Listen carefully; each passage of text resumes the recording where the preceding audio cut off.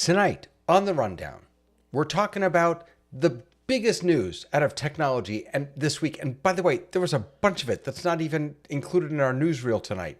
And yes, I need some more tech therapy. But then we're really going to spend our time on something that my doctor tells me is happening to me more quickly than I'd like it to happen. I'm getting old.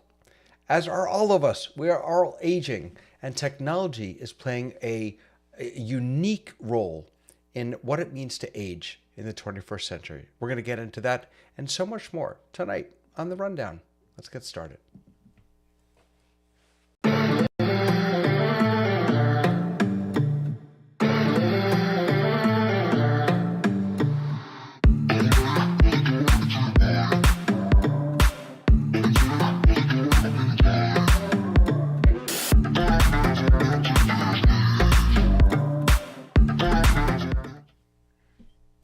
Hello, everybody.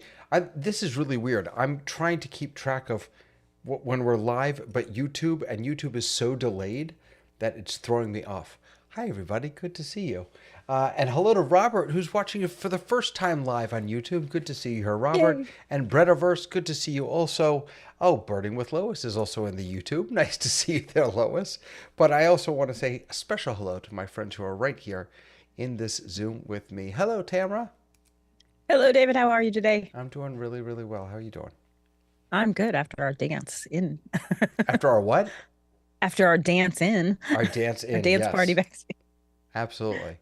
And Tony's in the YouTube also. Oh, we're all both in the Zoom and the YouTube. This we're in is both places. Like meta. This is very confusing. Not meta like that meta, but all right. And hello to my friend Tony Mobley. Hello, David. I'm glad to be here. Hello, everyone on the panel. I'm glad to see you here. It's really nice to have you here. Last time I saw you was on your show, on your channel. Good to have you here. Absolutely, sir. And fantastic. Thank you again. It was a meaningful conversation. It was fantastic, actually. And last night, by the way, was amazing also. It was a really, it got really intense and personal and beautiful and challenging, and it was really if you haven't seen that conversation with TonyMobley.com, definitely check out last night's conversation. And Lois is over there in the chat talking about her favorite bird with my... Well, I decided that this time I was going to read those comments as they came in, because sometimes people say things that are very, very interesting and useful, and I haven't done it before. So I just turned off the video and I'm looking at oh boy, we have a lot of people in there. Well, I'm just, so let me just warn you ahead of time, not to get too distracted by Austin, because I know him. He lives with my daughter. So just fair warning. I won't be chatting in there. I'll just be glancing once in a while. Fair warning. And who else is here? Holy moly. Hello, Dave. It's Dave, yes. Dave's back. Dave. Dave's in the house. How you doing? Dancing. Yeah. Dave's dancing in the house. No, I'm doing good. It's actually melting up here, which is unusual for February. So, yeah. All right. We'll take it. Well, let's not waste any time. There's so much to talk about. Let's get into the news.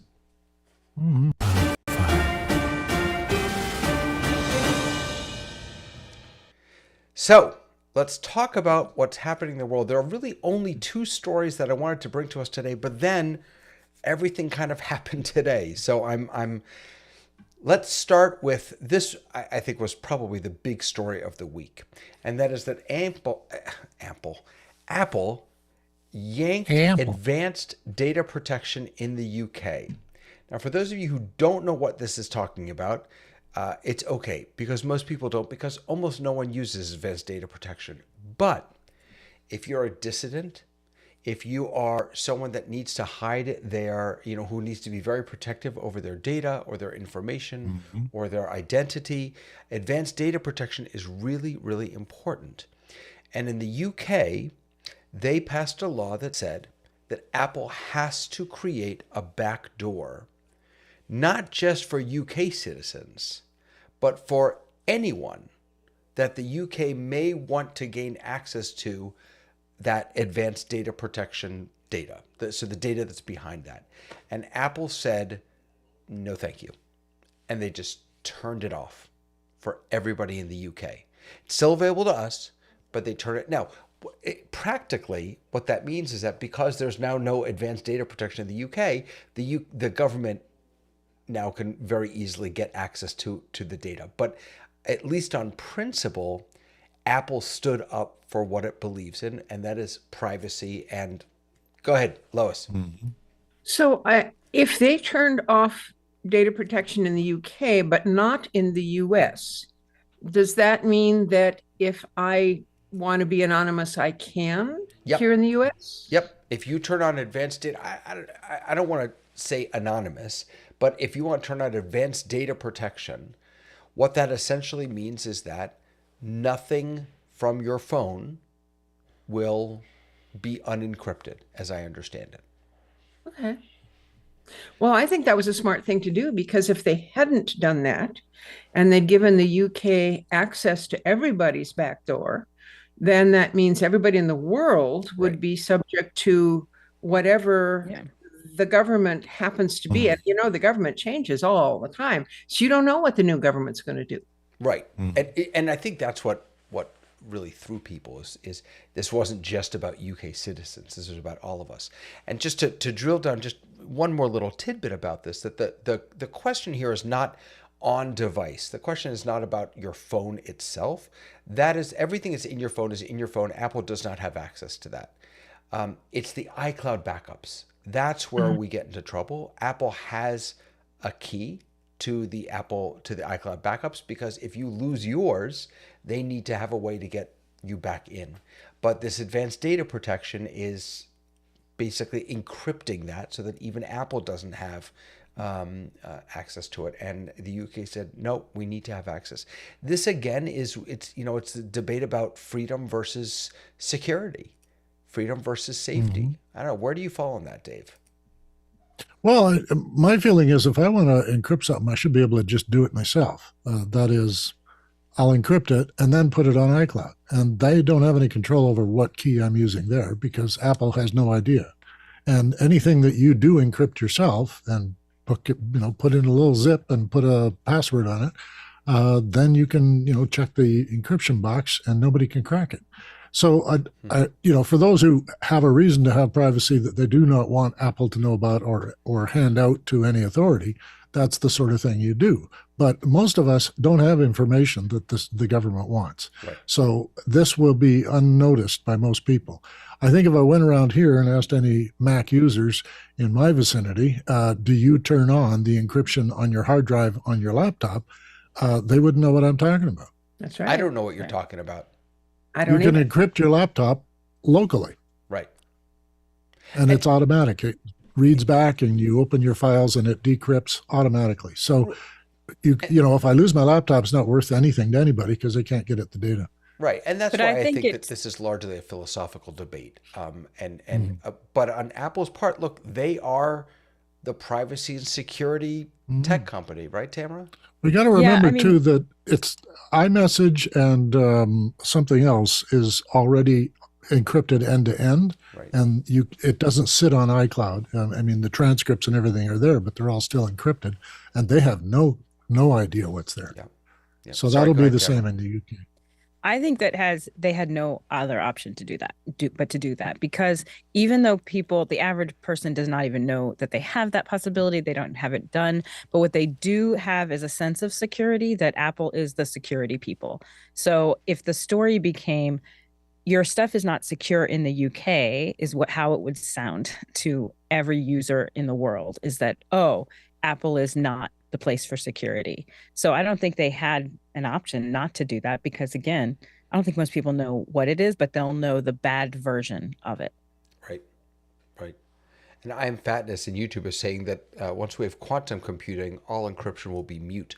I thought it wasn't there. I'm thinking about passkeys. I was thinking about the end of the password. And passkeys, I still haven't figured out passkeys. I use them. I just don't really. It's using it's 2 levels of biometrics or something like that, right? Mhm. Is that what And it creates its own key based off you. Yeah. Okay. All right. Mhm. I will say one of my So when you favorite- die, all that stuff is unavailable. Well, right. That's the So, problem. yeah. I will say that, I remember being told that I shouldn't use a debit card at the gas station because so often someone will put a skimmer on or some other nefarious tool. And but I love using Apple Pay when I go to the stores because Apple Pay never uses your actual card number. It generates Right. a new card number every time, and I love that. Yeah. Yeah, Of course, that's the advantage of tap and pay is that you're not using the card, you're using the chip on the card. Exactly. Yeah. Yeah. And yes, Microsoft did, I am Fatness, make a new quantum chip that looks very promising. That quantum chip, if you haven't seen it, that's insane. What they packed into that little chip. Apparently, it is kept in the coldest place in the universe, and the fact that they were able to pack this computational power into this chip is just it's absolutely stunning. It is. We've also had this week a whole bunch of AI releases. Claude 3.7 just today. OpenAI announced ChatGPT 4.5, which is it's available now to pro users. It will be available. That's the $200 a month, people. It'll be available next week for Plus and Team users. And then the week after that, I believe, to enterprise and education users, and then hopefully to everyone. It is not a reasoning model like the O series models are, but it's supposed to be really, really good. I was spending a lot of time with OpenAI today, and it's still young. These tools are still young. But Amazon has decided that they're ready to really up their game. They have announced Alexa Plus. So I think we need to be careful not to say that word because remember, this is going into everybody's house. They don't have a We have you know, announced. They A have above it. announced Alexis Plus, That's good. Alexia Plus, Amazon Plus. So this is going to be, as I understand it, it's not available yet. It's in March. If you have Amazon, if you are an Amazon Prime member. Here it is. No. So $20 a month on its own, which is what everyone else charges. That all these AI tools are all doing $20 a month. Or it's I didn't see this. It's free for Amazon Prime members. Oh. And if you're not an Amazon Prime member, Amazon Prime is only $15 a month. So it's actually a better deal. Even if you don't want Amazon Prime, get it if you want this the Alexa Plus. So I watched the video. It looked pretty cool. I don't know. I mean, it actually looked more. What's the word? Agentic. Like it could actually do things for you. It looked like it could do more of that than I've seen from others. I don't know. Did any of you take a look at it? Did any of you see the video? It's all starting to get like cable television to me and streaming, where I'm so saturated every day by the cool things that AI is doing that I can just see subscribing to a million things, and I'm starting to get weary. So even though it is cool, and I am a Prime member, No, it's you're just right. like exhausting. I have a question for a general basic, really. I always thought that Alexis was a mechanical device that you set in your room, and then when you talk to it, it was a mechanical device you talk to. But it's sounding like it's a program, it's an app, it's a website. What is it? Alexis is Amazon Siri. Don't say No, that you word. can say Siri. Well, you just can't say No. Siri. Right. But no, you can choose whether you have the hey or not. Shlomo. Have All right, Shlomo. Shlomo. Isn't that what they do Yes. on MacBook? Yeah. But anyway, Shlomo is on an iPhone. Right. And I so thought Alexis. the other one was a physical device. Right. No, but so that's you've actually just hit, Lois, to me on the main question is that where are people going to use this? I mean, I live in Amazon Prime. I'm not anti-Amazon at all, but I don't own Yeah. any Amazon devices, nor will I ever buy those sort of in-home. I don't even know what they're called, Alexis Homes or Alexis Minis, whatever they are. Um, that's a little bit like, Lois, the Google Home, right? The Google Home has, you can talk to it because it's got Gemini built into it, but the device itself is not a Gemini. It's just it's a home for Gemini. So I don't Siri's know also where in the we're going to HomePod. use this. Sorry, Dave, go ahead. The Apple's HomePod has Siri as well. You can Right. talk to Siri in your living room just Right. like you can the other devices. But I don't know where it doesn't. where It doesn't we're have gonna clever use this. answers and all that. I mean, I don't know Well, what. the kitchen is a very popular place for it because you can ask it for information while your hands are dirty, full, or otherwise. Right, but And you can also have to set a have an timer by Alexis asking device, for it. though. No. And Well, what sure. Yeah, that's the and thing. I just do people have that? Like, is that a thing? So I know Yeah. people who have it. I bought one because someone had recommended to put all of my my lighting on it. I'm like, okay, great, I'll get one. I have yet to put it together. Like, I have not Yeah. hooked it up. It's sitting unplugged in a little ball, like You know what I somewhere. do have? So I just am like, it's yet another thing.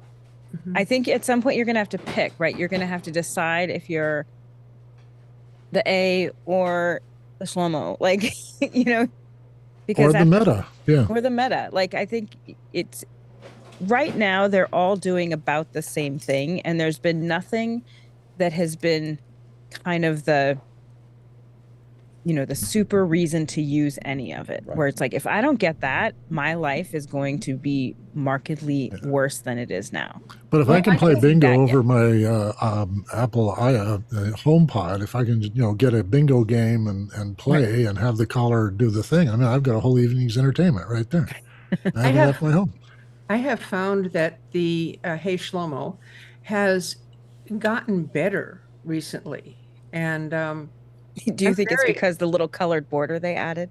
Yeah, I was just going to say that's the No. only way which has gotten better. It's because I can call an emergency crew to come and pick me up if I have a problem. I fell and broke my hip last year.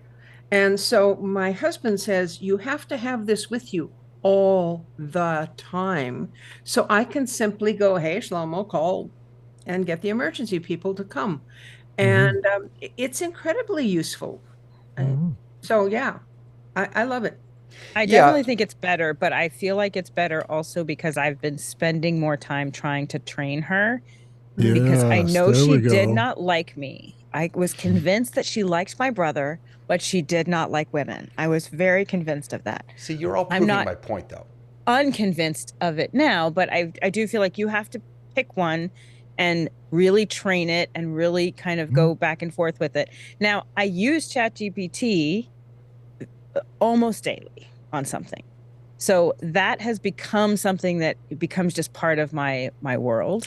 Wait, But none of Tamara, these other devices. I want you to tell everyone about the thing that you shared with me. This was amazing. But before you do, I just want to say that you've all proven my point, which is that the reason we're all playing with Shlomo is because we all have an iPhone. Shlomo is the Apple version of this, and we all have an Apple device.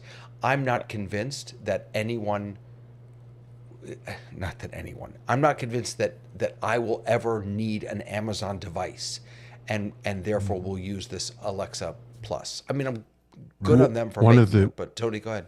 One of the things that we hadn't talked about as far as this new thing with Amazon is that a lot of people, and I can speak for myself in particular, in that most of us have Fire Sticks, and we have Fire Sticks on our TVs in additions to Apple TVs, and my wife decided that she wanted to move away from her Apple TV and wanted to watch content on a Fire Stick. And one of the things that I think she is one of those people who is always calling on with her Fire Stick. And so now if there is the opportunity for her to do the kinds of things that she was doing with Google with A on her Fire Stick, that's going to be beneficial. So I think that puts another wrinkle in it. But the other thing I wanted to say is, Lois, I want to encourage you to, besides your phone, get an Apple Watch. Don't need it. With This fall, is always because of routine. fall detection. That's why. But Yes. wait, Yeah. Yeah, Tony, fall detection. yeah, So, I Tony, hadn't- what's a Fire Stick? yeah, I hadn't thought about the Fire Stick. That's What like is that? it's like the Chromecast or the Apple TV. It's It's a little device you plug into your yeah, TV's it's Amazon's USB port. streaming device. Yeah. But Or I have HDMI that, and port. it never even Yeah. occurred to me to use it in that To way. talk to yeah, it? isn't that interesting? Yeah. Mhm. Yeah. Well, I talk Okay. to my Apple TV all the time. I mean, it has a voice activation feature, and my wife uses it to say, "What did he say?" And it That's runs funny. it back 15 seconds, gives you titles. I ask it for files. I say I want to hear this from that, and it brings up the music, and there it is. I've never So- even thought of doing that with an Apple TV. It's crazy. Yeah, Yeah, the I'm button's gonna right be on the losing a remote there. You weekend. just Yeah, I thought want to into it. push back. I want to push back just a little bit because yeah. what I want to say is that we are, I think, unique in that a lot of us are in the Apple infrastructure, but the majority of people are in the Google or Amazon infrastructure. And so I see it as a great benefit for those people who, a lot of people don't want to spend the amount of money that an Apple TV costs. A 4K Apple TV, you're looking at $150. A Fire Stick, you can get for $35. Yeah, it's a good And point. if it's Black Friday, It's like if it's Black 15. Friday, you Yeah. might be able to get it for $20. Yeah. It's I have a really Roku good over point. here just waiting to be plugged in. Yeah. Yeah, Yeah. it's a So, really good point. I talk back to my television all the time, but it's Yeah. not because it's listening. Not it's to just tell it what to because- do. Yeah. Tamara, what did you Yes. tell me to do that I immediately went and did? Our favorite TikToker, Nate, gave us a really great prompt with the new ChatGPT, and I'm just going to read it in the corner so I get it right. It's everyone in the world is the best at something.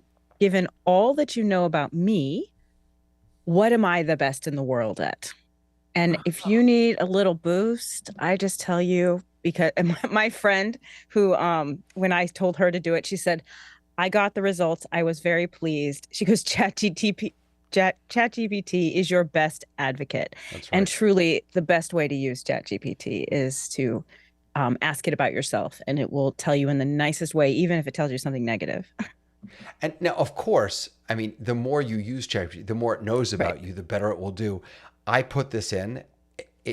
I mean, I don't buy that I'm the best in the world at this, but as far as the details, spot on.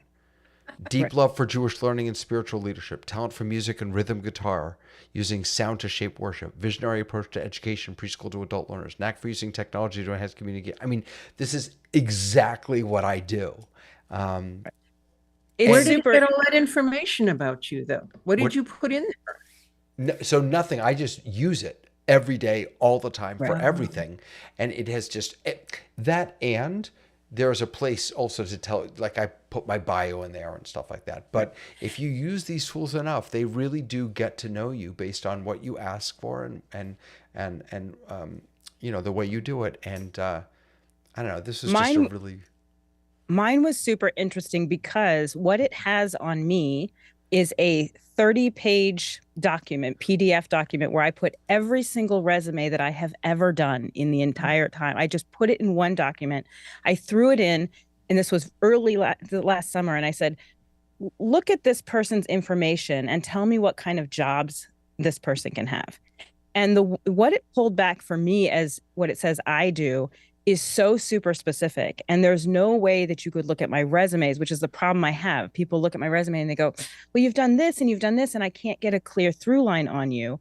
And what ChatGPT did for my answer to that question was absolutely one thing that when I looked at it, I was like, oh, I can see how you could look at 30 pages of this resume and really zero in on the fact that I work with writers and that I help writers do, find their voice. Yeah. And that it worked. It was so specific. It was like, you work with experienced writers to do. And I was like, that's eerily true. And then I went back and asked it more questions. Well, where would I find work? And it gave me a whole bunch of paths. So it was super interesting. It's a great question. Everybody should do it because it says wonderful things about you. It does make you feel good.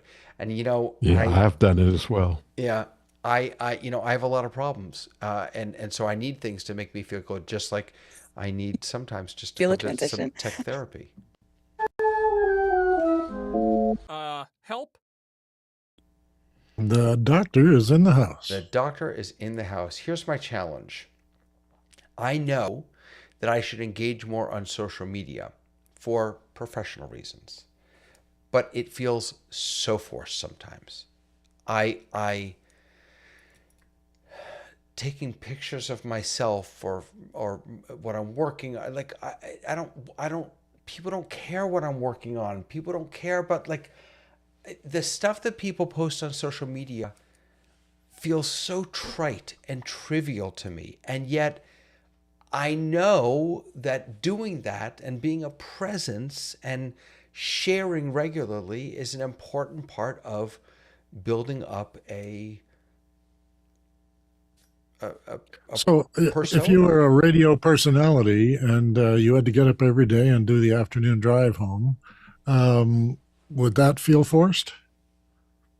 So, I think you're mixing profession with how you feel. Like you're a professional in this area, and this is what you do, and that's why you get satisfaction from doing it.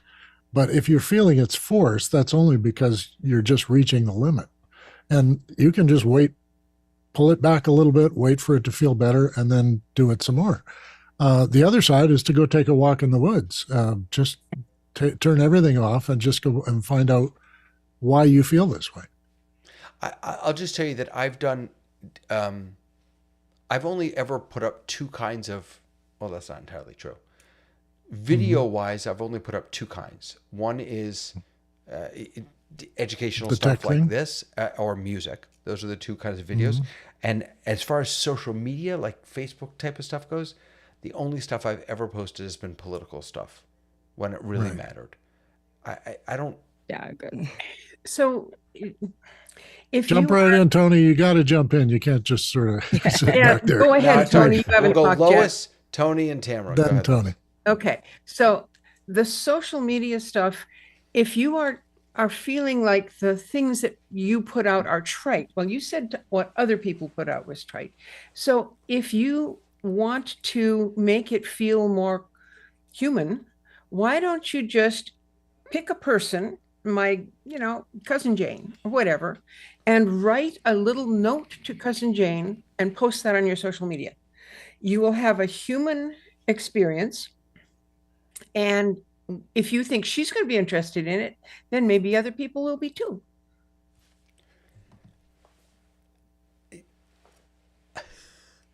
What? I don't. If Go, I want to Tony. write something to cousin Jane, I'll write something to cousin Jane. No, but we're talking about getting you comfortable with posting on social media. Think of it as a I'm- postcard. Yeah, I look at it a little differently, David, from this standpoint. First thing is find social media that appeals to you. The second thing I would say is a wise man, Ken Jordan, made a suggestion to me when I originally started a conversation with Tony Mobley. And he said, what you want to do is to push the things that are important to you that you want to share on YouTube, Facebook, LinkedIn, whatever it is. But you want to do shorts. And what you do with the shorts is that you point them to your website. So your website is the place in which you get the engagement with those who are interested in what you have to say. Now, I have not done a good job of that, but I heard him very clearly when he said, you use the social media platforms to create interest in what you want to talk about, but you really want to drive them to your community. So you want them on your website so that you can do engagement, so that you can ask for donations if that's what you need to do. That you can create tiers for the different kinds of conversations like you have. And so what I will lift up is the thing that MacBreak Weekly does in terms of they have this thing on YouTube that they do, and Alex and everybody and are on with Leo, and they have this great conversation. But then there are people who pay $7 a month that have the opportunity to get even more information and more dialogue, more hands-on, more behind the scenes, more. And so what I would say is that if you know that you're not really an advocate for doing stuff on social media, think about doing shorts that points people to your website, the Tech That Guy. makes sense. And Shorts make sense. And yeah, Yeah. Tamara, help. So I say this having thought deeply about this and done nothing about it in my own world because I'm having the same problem that you See? are. Yeah. However, I have thought about it, and I will offer you this. When I have posted stuff where I'm just posting, it feels icky, it feels salesy, it feels all of the things that I hate about when other people do it. I'm shocked and amazed that anybody would be interested, and there's always one or two people who reach out to me outside of that are interested that I'm like, who knew? But the reality is the very best that the internet has to offer is community. And so really who you're talking to is not the mass public. Who you're talking to are the people that you want to be engaged with. And I think sometimes we think about social media as we have to reach everyone. You actually don't need to reach everyone. You need to reach the people who are in your community that are like your raving fans, like that are people who you would want to be in community with. You would want to be in a Zoom with them. You would want to go to dinner with them. You'd want to have deeper conversations with them. And if you are thinking about who those people are and tailoring your message to those people, you will expand your audience. You will go big. But even if you didn't, you would have exactly the people who you want to be in community with, who you want to have those deeper conversations with. It's interesting because I've always thought of social media as a marketing tool. I've never really thought of it as an opportunity to build community. it can be a place for genuine engagement. Mm-hmm. Yeah.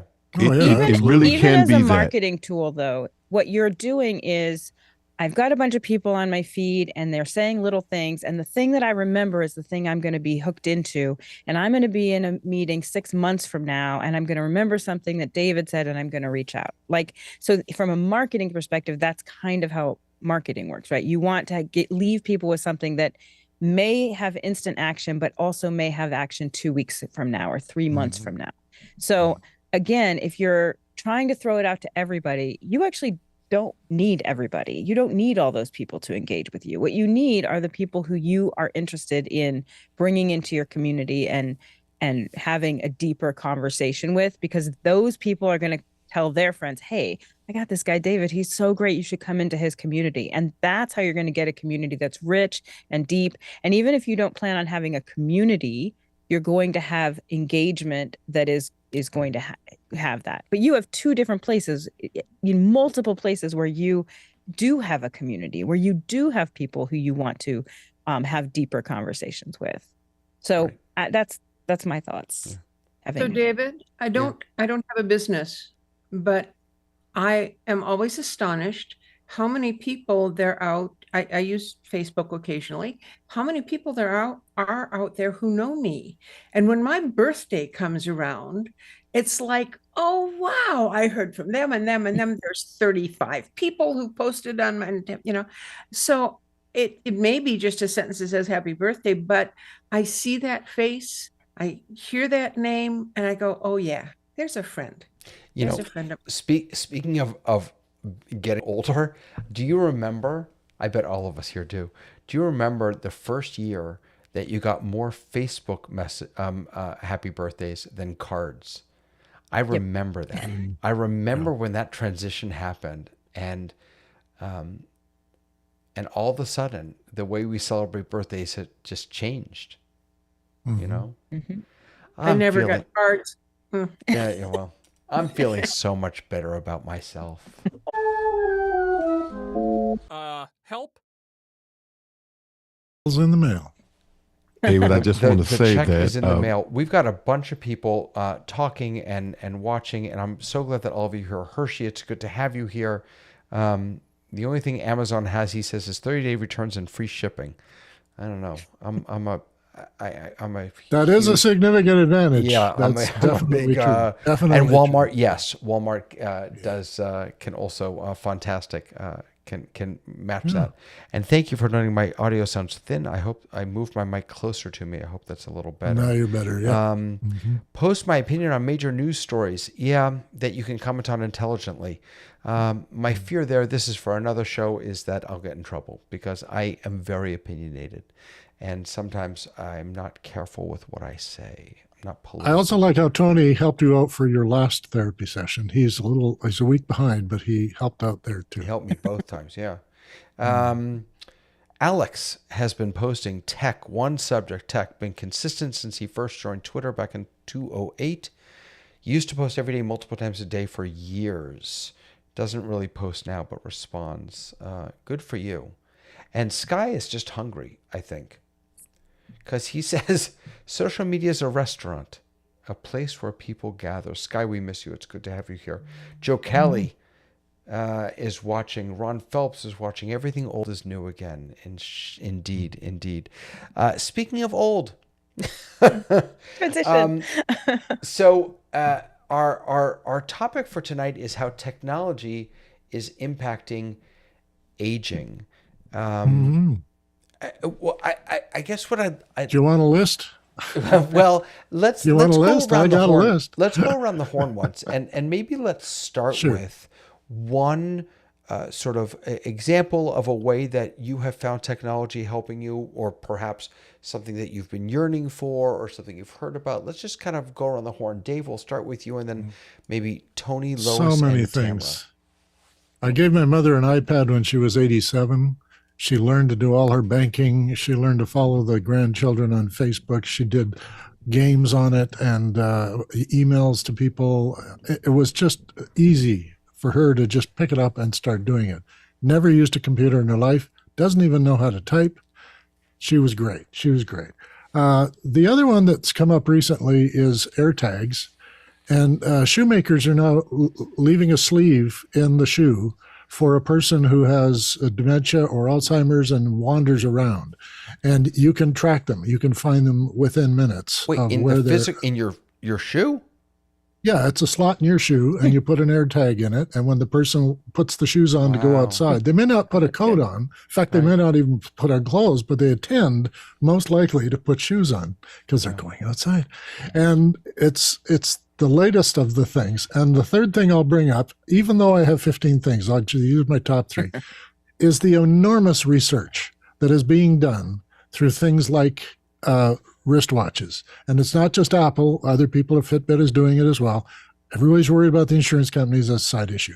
Growing old means you might fall down, you might forget, you might have distractions, and you might need support. And all of that comes through your phone. It tells you what's going on, tells you where you should be, tells you your medications are due, and if you fall down, it knows it, or if you're in a car crash, it knows it, and it will call 911 when you're unconscious. Now, lots of people have testified to how it saved their life and all the rest. That's great. I don't wear one, but I endorse what it does for both big research, where 50,000 people sign up to do a research project. Any researcher in the world would love to have a sample size of 50,000. Yeah. I was at the doctor yesterday and was told that my blood pressure is approaching stroke level. So he told me that in addition to going on some medications, I need to start tracking my blood pressure. So I went on Amazon and I ordered an iHealth blood pressure cuff, which connects to my phone via Bluetooth, and all of my readings, all Your my blood charts pressure are all readings in there. are now Yeah. recorded in this app, and I can walk into the doctor in 2 weeks and say, here's my record of all my blood pressure readings. Yeah, absolutely. Did that with diet too. I had it all tracked, and I met the nutritionist, and it was all the information she needed. Yep, absolutely. Tony, you're up. What you got for us? I was really thinking about this. Friday was my birthday. And going back to what you said about the card thing, I got absolutely no cards. But I probably got in the neighborhood of 200 happy birthdays on social media and other virtual services. So that's amazing, I think. I want to lift up, I know this is not a religious conversation, but I do want to lift up this. I'm participating with a house of worship that has, I turned 67 on Friday. And I'm one of the youngsters in this virtual house of worship. There's two people that are younger than me. The person that's younger than me is 63, and the other person is their daughter, who's like 36. Everybody else is older than me, in their 70s or 80s. And we are having a worship service on Thursday nights and on Sundays. And we're doing it in Zoom primarily, and we broadcast occasionally on YouTube. This 10 years ago would be unheard of. These old people having worship services, interacting with others, having engagement. We've had people from office hours that have come and participated in the service, and they've all over the world. And so this little small church, and they're going to get me for saying small church, but this small church has had global interaction. So you talk about growing old gracefully. I think that that is one way in which you can talk about growing old gracefully. Wow. So I'll stop there. I got tons of stuff That's powerful. that I No, could it's share. powerful stuff. Yeah, Lois, what do you think? Well, in addition to everything everybody else has said, for me, the social media communications, being able to Zoom with folks since the pandemic or Skype with folks before that, all of that ability to communicate with your family and friends is, I think, a very good and useful change. The other part is, well, they have a fancy term for it, cognitive training. Playing games on your phone. and it there's these word games that on the phone, on the computer, whatever, and you can learn so many words, and it's got built in, if you don't know what the word is, you click on it and it takes you to a page that has definitions and then a link to the websites and a link to dictionaries and stuff. It's wonderful, and I think that keeping our brains active is a very useful thing. That's a really good point. Yeah. Tamara, do you have anything? So I do. I have kind of a I guess ancillary answer to that. I am a caregiver to a 76-year-old veteran and to my mom, who is going to be 72 this year. And I've been a caregiver before when my dad had cancer and passed away of cancer at 52, my age. So the major difference between being a caregiver 20 years ago and being a caregiver now is the access to just the data. Not only can I go into their charts, but I can set up a caregiver account that I can have access to the things I need to have access to. I can meet with other caregivers because this is uncharted territory for me. So there's so many things that allow me to be a careful caregiver and give people dignity that I work with, that I care for, that I love, the people that I love, to help me learn how to be a good caregiver, but also just the access to their data, the access for, to advocate for them, the ability to just go in and really formulate a plan for their care so that it allows them to not have to worry and not have to do that job themselves. So I think all of that access to technology helps aging, but also for a lot of us who are caring for aging people, it's hugely impactful to them being able to age gracefully, and for me to be able to be supportive in a way that that they may not be able to do themselves. So that's my Yeah.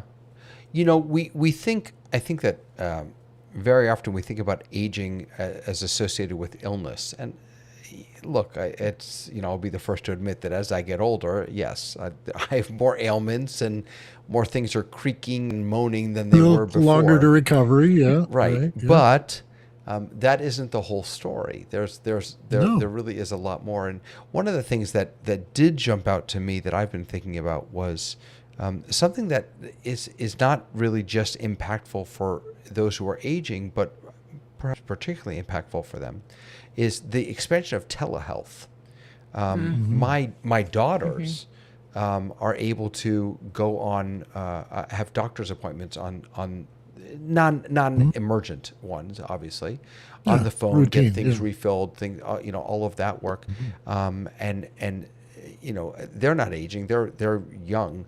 But for people who perhaps have mobility issues, for whom it's very difficult to get around, who don't have rides, telehealth is just a tremendous boon. I think to those folks.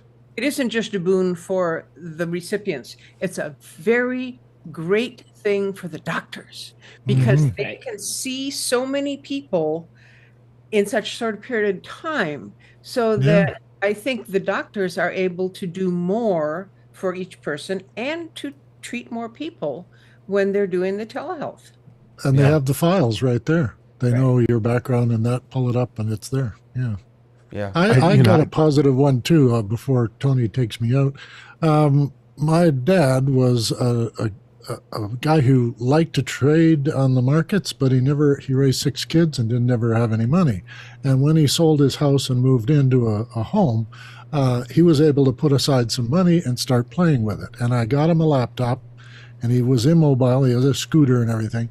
He generated a significant amount of money for himself and gave it to the kids just by sitting with a laptop and doing his trading. Before, he used to have to phone in, and other times he had to meet with his advisor and make decisions for the next year. And he was able to research things and know things about companies.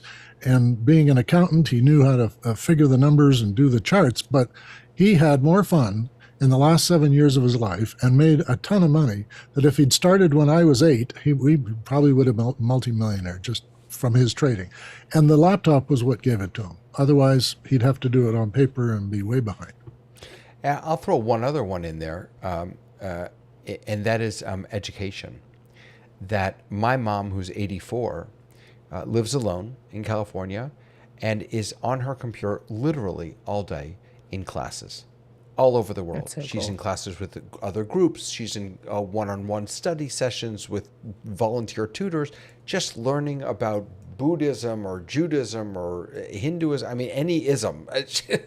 She's just constantly learning, and she's not able to drive anymore, and she would not be able to have these experiences. And it goes, Lois, to what you were talking about earlier, also about that cognitive work that technology makes possible for folks. Tony, go ahead. I have so much. Most of you know that over the last 3 years or so, I've been dealing with one thing or another in terms of cancer and some other things. But last year, this time, I was actually at home in a hospital bed in this very room that I'm in right now. I had a Hoyer lift in this room. I had a trapeze connected to a trapeze bar connected to the side of the hospital bed that was ordered for me to be in the room, and the bedside commode also in the room. I had to use a sliding board to get from the bed to the wheelchair to the commode, all of that, right? But that's not the important part that I want to share with you guys. I want to share this part with you. So there was a requirement for x-rays. They brought the x-ray equipment into the house. Nurses coming twice a week initially, physical therapists. The doctor would send in the nurse practitioner through Zoom to do all of that stuff. And there was not anything that required me to have to leave the house to get done. Blood work. They came in the house and did the blood work. Everything that I needed, because there was no way that I was going to be able to get into a car or pay for an ambulance to take me to these various things that I needed. So the world in which we live right now is, I think, beneficial for those of us who from time to time have these illnesses that just lock us into our homes and we were not able to do anything for ourselves. And so I just wanted to share that. It's like I said, blood work, x-rays, therapy machines, all kinds of things can be brought into the house and give you what you need. And there's also independence where people can, shop for themselves and do a lot of tasks that they would Right. have to be dependent on someone else. So it's like I can take them shopping once a week, but if they need something, they can absolutely get it for themselves and it can be Right. there that day. So that I think that independence is so important that we have that technology to be able to do That's that. really, I hadn't thought of it that way. You're right. Independence, the independence that technology provides to folks as they're aging and if they're perhaps less able. And Tony, I was thinking about, as you were talking about bringing, X-ray machines. yeah, thank you, X-ray Therapy. machines, and I was thinking about how how important it is the way technology has been able to miniaturize what we need to do those things. And this is an unrelated example, but I was watching a video a couple weeks ago about Google Maps and how when Google Maps started, the camera that they put on top of the Google Maps car had to be lifted by a crane. And now it's in a backpack. And that's why we have maps of, the mountains, because you have people walking with these cameras, these 360 cameras on their backpacks. That work of miniaturization, or it's not really miniaturization, but making things more compact, allowing them to be portable so that we can bring them into people's homes is so powerful and so important. One other thing I wanted to mention was with like Uber. So one of the things I noticed as I was dealing with Uber is if you scroll all the way to the bottom of Uber, they have two options. One is if you need someone who's medically trained to assist you, if you have an assistive device, like maybe you have a wheelchair, or maybe you have, or maybe you just have a walker, or maybe you just need a little extra care. And then there's a second choice that's even more medically a more medically trained person who can help you with more complex issues. So I thought that even changed how we find transportation so that you aren't really stuck waiting for any kind of special transportation. It's on the same app that your regular Uber is at the bottom. Really? Yep. Mhm. This is So- mine in Los Angeles. I had no Maybe idea. it's not And if everywhere. I could, I just want to lift this up. In the county that I'm in, they are providing wheelchair accessible vehicles for people to travel on if they need to, and they can only take you to places in the county, but they can take you to anything you can think of in the county, the library, the grocery store, hospital appointments, whatever you need. And the charge for my county is only $3 each way. It's amazing. And, I've had the opportunity to take advantage of that when I was in the wheelchair, but I'm no longer in the wheelchair. And when we have Uber taxis taking us, that are able to pick us up, even better. Lois, go ahead. So let's talk a little bit about one of the big things for when you're getting older, and that is, where are you going to live? Now, if you had a family and you have a big house and there's just two of you left and you don't want to be in a big house, or if you are running out of money and you can't afford to rent where you are or whatever. So the three levels of residence, and this was in that article that they had from 2002, so it's 20 years old, and they were talking about living at home, living in an assisted living, and then living in a nursing home.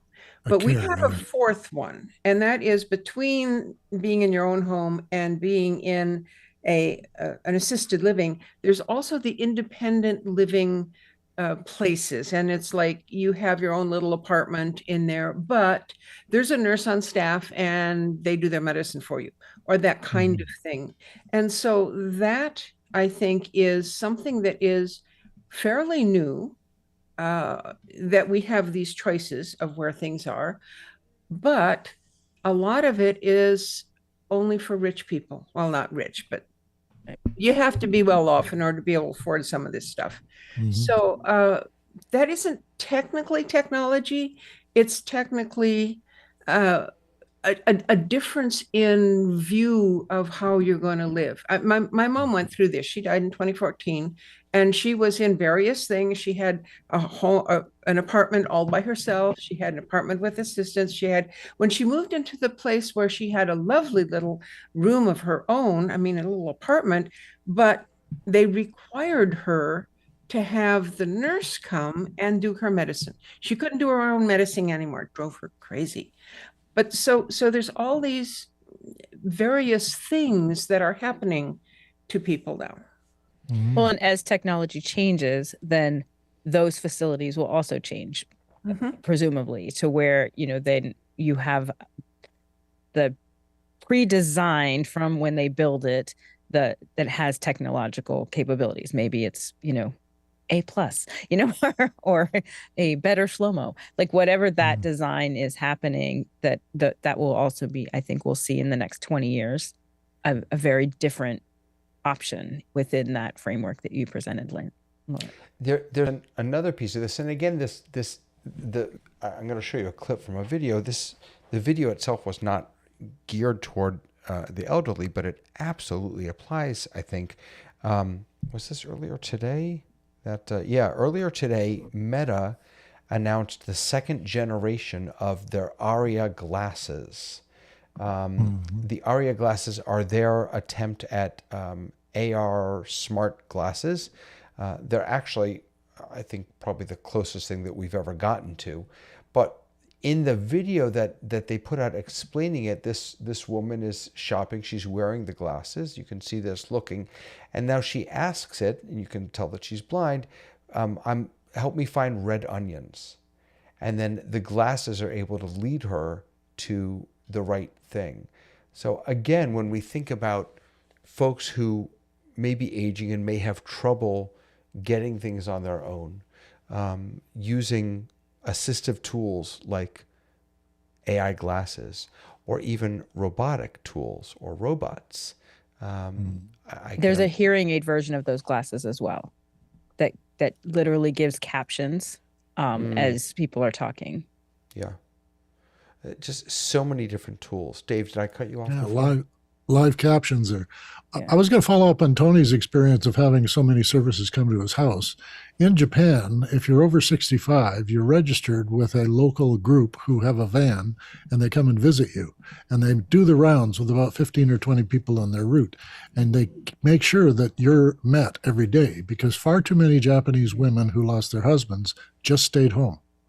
And family was far away, and it was inconvenient for anyone to take them in. So then they said, we'll come to you.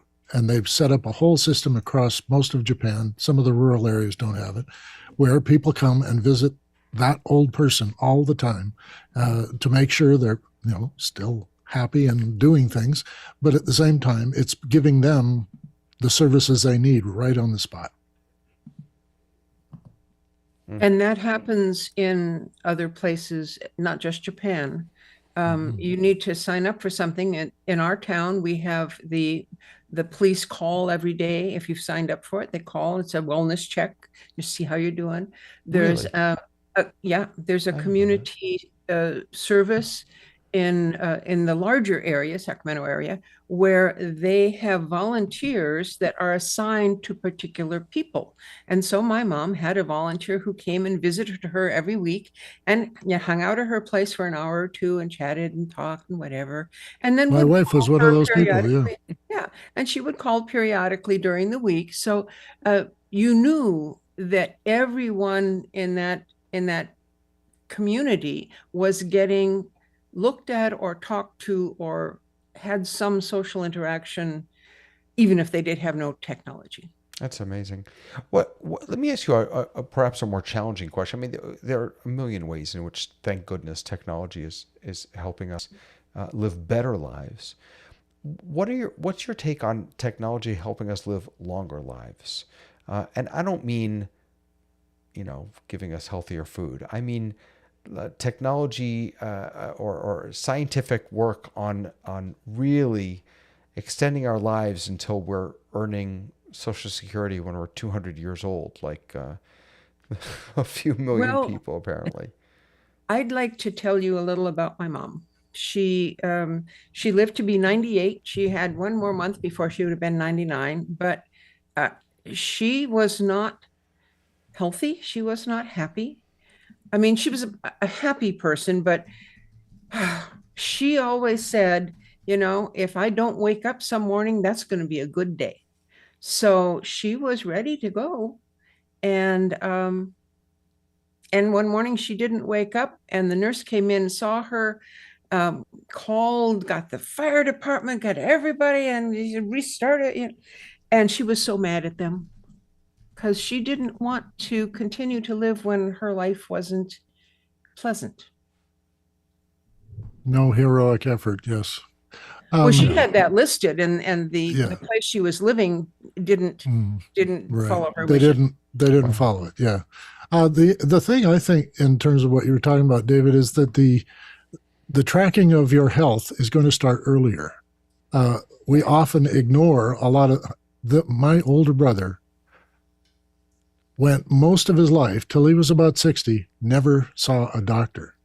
And now he's in big trouble because a lot of things that he could have got earlier, maybe at 30, he would have paid attention and then those things could have been dealt with. And I think the younger generation is very comfortable being tracked and followed and participating in these things with their devices. And then they're going to have the information they need to make better choices about what my choice of living is going to be and how much stress I'm dealing with.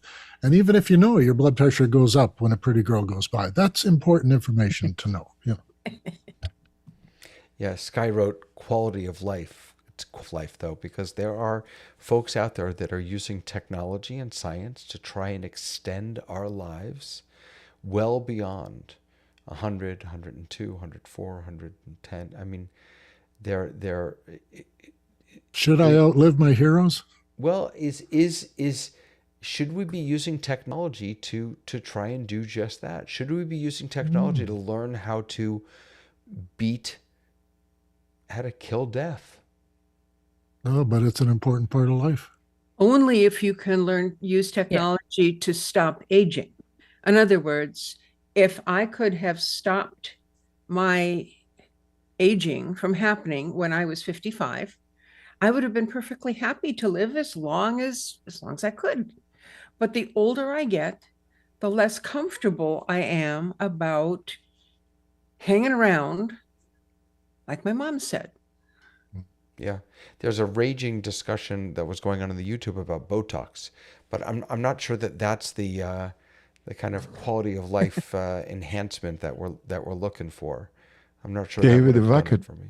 Go ahead. if I could talk, just maybe twist it just a little bit from the standpoint of physical health as opposed to intellectual health.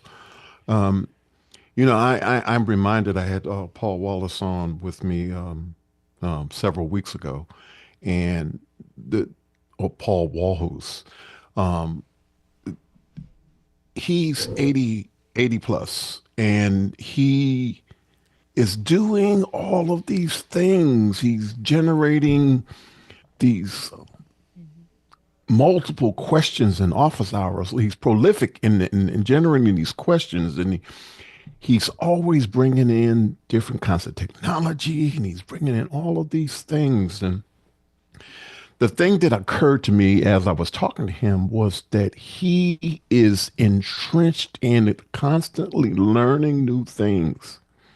And I think that when people are engaged in learning new things, they are working their minds to embrace new ideas and concepts and thinking out of the box. You know, that is when we have this opportunity to enrich our intellectual health. And I think as far as the physical health part, as was already said, that definitely things are going to begin to be looked at earlier, but the intellectual health, if you have an active mind, even when everything else is not working, you can still have a good life. Yeah. I'm a big fan of SimCity. Anybody else ever play that? It's a hugely complicated game. You have to have your wits about you. You have time-limited decision making, and your citizens are never happy.